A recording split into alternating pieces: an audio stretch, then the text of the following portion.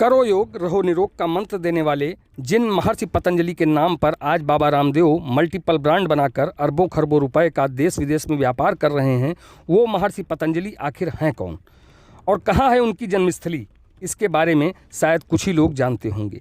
यहाँ तक कि गोंडा के वजीरगंज इलाके में कोंडर झील के पास जिस कोंडर गांव में वो पैदा हुए, वहाँ तक के लोग इस बात से अनभिज्ञ हैं कि उनका गांव नहीं बल्कि एक ऐसे ऋषि की तपोस्थली है जिसने पूरे भारतवर्ष को विश्व गुरु बनने के लिए योग का मंत्र दिया।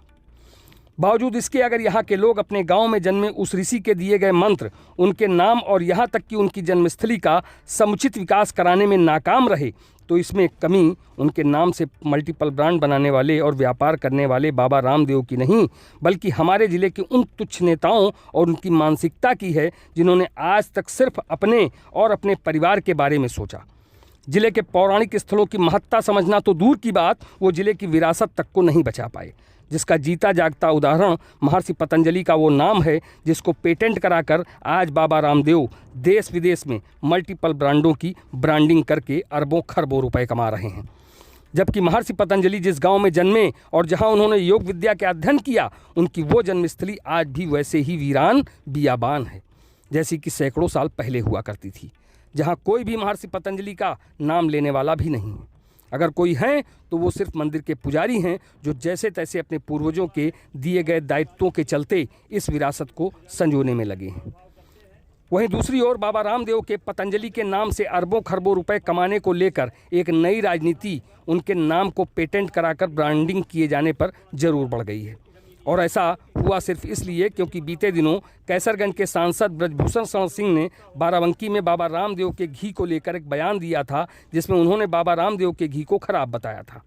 इसके बाद बाबा रामदेव और ब्रजभूषण शरण सिंह के बीच क्या बात हुई क्या नहीं, इसका तो पता नहीं, लेकिन एक नई राजनीति पतंजलि का नाम पेटेंट कराने को लेकर जरूर शुरू हो गई है। अब ये राजनीति महर्षि पतंजलि की जन्मस्थली को उसका वास्तविक हक दिलाए जाने को लेकर शुरू हुई है या फिर इसके पीछे कोई और बहुत बड़ा खेल है, ये तो देखने वाली बात होगी। लेकिन आज जिस तरह से कैसरगंज के सांसद ब्रजभूषण शरण सिंह ने कोंडर झील महर्षि पतंजलि की जन्मस्थली पहुंचकर जो कुछ बयान दिया, उससे तो यही लगता है कि सारा खेल उस माया का है जिसके फेर में फंसकर पहले कुछ कर नहीं सके, और जब किसी ने उनके नाम का इस्तेमाल करके खुद को एक ब्रांड बना दिया तो फिर उससे पूछा जा रहा है कि आप जिसके नाम पर ब्रांडिंग करके अरबों खरबों कमा रहे हैं, उसके लिए आपने अब तक क्या किया। जबकि ये सवाल तो आज से एक दशक पहले तब होना चाहिए था जब उन्होंने पतंजलि के नाम पर ब्रांडिंग की शुरुआत की थी, जिसके लिए कई बार सूकर खेत का मुद्दा उठाने वाले स्वामी भगवताचार्य ने मोर्चा तक खोला था। फिलहाल पहले सांसद कैसरगंज ब्रजभूषण शरण सिंह का वो बयान जो उन्होंने आज महर्षि पतंजलि की जन्मस्थली पर महाभाष्य मानता है, गूगल मानता है, कोंडर वाले मानते हैं, पर्वती वाले मानते हैं, गोंडा वाले मानते हैं, कोनर्द वाले मानते हैं, अयोध्या वाले मानते हैं। उनके मानने न मानने से क्या होता है, सबके मन में आ गया है कि यहाँ इन्हीं के कद के अनुरूप मंदिर बनना चाहिए और मंदिर बना करके हम लोग दिखाएंगे गोंडा के लोग कि जिनका नाम लेकर के लोग अरबपति हो गए, खरबपति हो गए, रात दिन चौगुना बढ़ते जा रहे हैं, उस महर्षि पतंजलि की ये जन्मभूमि की दुर्दशा है। अब आज हम शपथ लेते हैं यहाँ से कि जैसे महर्षि पतंजलि की प्रतिष्ठा थी और जैसा उनका स्वरूप है, वैसे हम गोंडा के लोग, हिंदू मुसलमान सब, क्योंकि इसमें तमाम मुसलमान भी ऐसे हैं जो उनके भी पूर्वज कहीं ना कहीं पतंजलि थे। हम गोंडा वासी, बलरामपुर वासी, क्योंकि गोंडा बलरामपुर वासी या देवी पाटन मंडल वासी, हम इनके प्रतिष्ठा के अनुरूप मंदिर बना करके बाबा रामदेव। लेकिन एक सवाल पैदा होता है कि आप जो है ये चड्ढी बनियानी बेचते हैं, इसमें पतंजलि जी का इस्तेमाल करो, क्या हक बनता है, किसने आपको यह हक दिया है।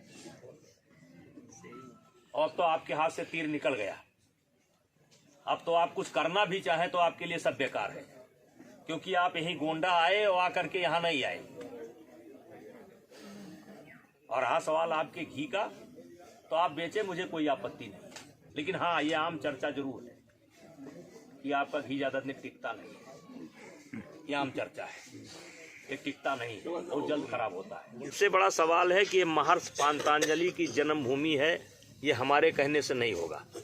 गूगल के अनुसार ये महर्षि पातंजलि की जन्मभूमि है, महाभाष्य के अनुसार ये पातंजलि की जन्मभूमि है, और जो है राजा भोज के हिसाब से उनकी जन्मभूमि है।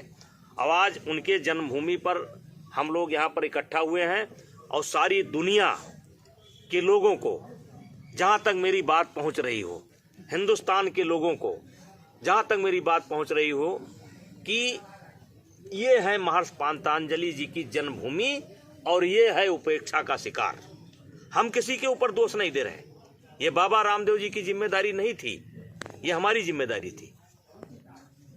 हम नहीं कर पाए, हमारी जिम्मेदारी थी। आज हम उस जिम्मेदारी को करने जा रहे हैं, करेंगे।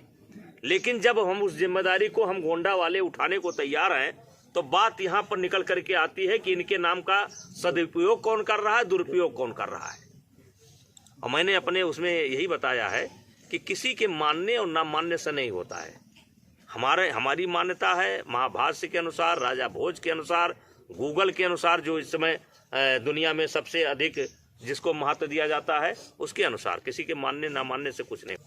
इनका नाम लेकर के लोग अरबपति, खरबपति और पता नहीं कौन कौन पति हो गए। 30 किलो दूध लगता है एक किलो घी बनाने में। हम अपना घी खाते हैं। नहीं, हमने उनका मंजन एक बार किया था। अब हमारा दांत खराब होने लगा, फिर मैंने डॉक्टर को दिखाया। वास्तव में दांत खराब होने लगा। उन्होंने ज़रूरत से ज़्यादा लौंग का इस्तेमाल कर दिया।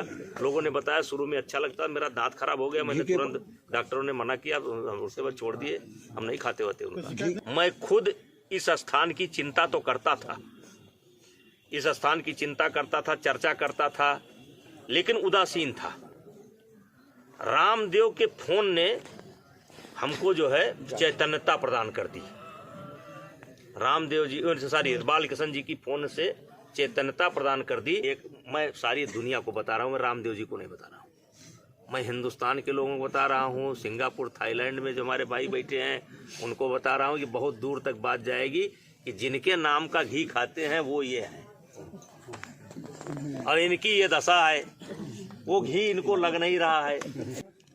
30 किलो दूध में 1 किलो घी बनता है और 550 रुपये में घी उनका बिकता है।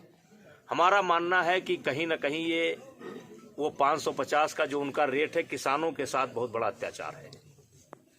क्योंकि गांव का किसान जब घी निकालता है तो 30 किलो घी में उसको 1 किलो घी मिलता है, और 550 में अगर उसका भी बिकेगा, किसान का भी बिकेगा, तो मेहनत तो छोड़ दिए, उसके पसीने का भी कुछ नहीं आने वाला है। और शायद इसीलिए लोगों ने गाय भैंस पालना भी कम कर दिया है। इसीलिए, और केवल रामदेव जी का सवाल नहीं है। जैसे आज आप 1 क्विंटल असली दूध लेना चाहे तो आपको नहीं मिलेगी, 15 क्विंटल पनीर का ऑर्डर दीजिए, आपको 5 मिनट में मिल जाएगा। तो नकली खाद्य पदार्थ जो हमारे देश के अंदर आ गए हैं, उसके कारण किसानों को उचित मूल्य नहीं मिल पा रहा है, और जब उचित मूल्य नहीं मिल पा रहा है तो गाय और भैंस से उनका मोह भंग हो रहा है और वो छोड़ दे रहे हैं। लेकिन उनके नाम पर घी, उनके नाम पर तेल, उनके नाम पर साबुन है, उनके नाम पर मसाला, उनके नाम पर अंडरवियर, उनके नाम पर कस्टूम, उनके नाम पर हाफ पैंट। तो महाराज जी, इसकी जिम्मेदारी किसके ऊपर डाला जाए? इसकी जिम्मेदारी तो रामदेव जी के ऊपर भी नहीं डाला जा सकता है। इसकी जिम्मेदारी तो हम अपने ऊपर लेते हैं कि हम लोग इतना दिन तक उदासीन रहे। लेकिन बाबा रामदेव ने जगाने का काम किया है। उन्होंने इतना काम किया कि हम सो रहे थे, हमको जगा दिया। कल बालकृष्ण जी का फ़ोन आया तो हम जग गए, और जग गए तो फिर रात भर हम एक तरीके से अच्छी सी नींद नहीं आई। और मैं यही सोच रहा था कितना जल्दी सुबह हो और कितना जल्दी हम पहुँचें उस स्थान पर और वहाँ के लिए कुछ संकल्प लें। तो अपने साथियों सहित आए हैं, जिला पंचायत के अध्यक्ष भी हैं और तमाम लोग हैं, हमारे प्रमुख जी वजीरगंज हैं और सब लोग हैं। जल्दी में कुछ लोग नहीं आ पाए तो ये संकल्प ले रहे हैं। उसके लिए रामदेव बालकृष्ण जी को धन्यवाद है। लेकिन इस स्थान को लेकर के हम चर्चा तो करते थे, उदासीन थे। लेकिन कल जब बालकृष्ण जी का, जो शायद रामदेव जी के गुरु भाई हैं या शिष्य, उनका एक फ़ोन आया और असली घी और नकली घी का जो विवाद उठा है उस पर, तो उस समय मेरे मन में ध्यान आया कि हमें उस स्थान पर जाना चाहिए। जब बिना उस स्थान पर गए ये उनका नाम लेकर के अरबपति, खरबपति, सरबपति होते जा रहे हैं, तो हम उस स्थान पर जाएं, हो सकता है हमारा भी कुछ भला हो जाए। था ये कि बाराबंकी में एक कथा थी और पूज्य महाराज जी ने हमको आग्रह किया बोलने के लिए, मैंने मना किया। फिर उन्होंने कहा कि नहीं, स्वास्थ्य पर कुछ बोलिए। मैं स्वास्थ्य पर बोल रहा था तो मैंने लोगों से आग्रह किया कि भाई आप गांव से जुड़े हैं, किसान हैं, तो आपके घर में दूध जरूर पैदा होना चाहिए, चाहे गाय का चाहे भैंस का। और मैंने सबसे हाथ उठवाया और जो लोग गाय भैंस नहीं पाले थे उनसे मैंने एक तरीके से शपथ लिया कि हम गाय भैंस जरूर पालेंगे। इस समय मैं इस अभियान पर लगा हुआ हूँ, तो हमने कहा गाय भैंस जरूर पालेंगे। और उसी में मेरे मुँह से निकल गया कि अगर आप अपना घी नहीं खाओगे, अपना दूध नहीं पैदा करोगे, तो रामदेव का घी खा करके आप जो है स्वस्थ नहीं होंगे। तो रामदेव नाम का बनिया हमारे यहाँ है, हमारे गांव में, वो नकली घी बेचता है। तो हमने रामदेव का नाम लिया था अपने गांव वाले बनिया का, अब छटक गए बाबा रामदेव। तो फिर मेरा ध्यान चला गया कि भाई ये महर्षि पतंजलि जब हमारे कोड़र के हैं, वजीरगंज ब्लॉक के हैं, गोंडा के हैं, तो भैया ये कैसे पेटेंट कराए घूम रहे हैं। यहीं गोंडा आए थे, यहाँ आने का मौका नहीं मिला। रामदेव जी से हमारा क्या मुकाबला, वो बहुत मतलब संत हैं, कुछ ना कुछ तो किए ही हैं, लेकिन हमको लगता है कि उनको ये नाम हटा देना चाहिए। ये महर्षि पतंजलि के नाम के अनुरूप ब्रांड नहीं है। क्या घी मान लीजिए बेच ले साबुन, तौलिया, चप्पल, जूता,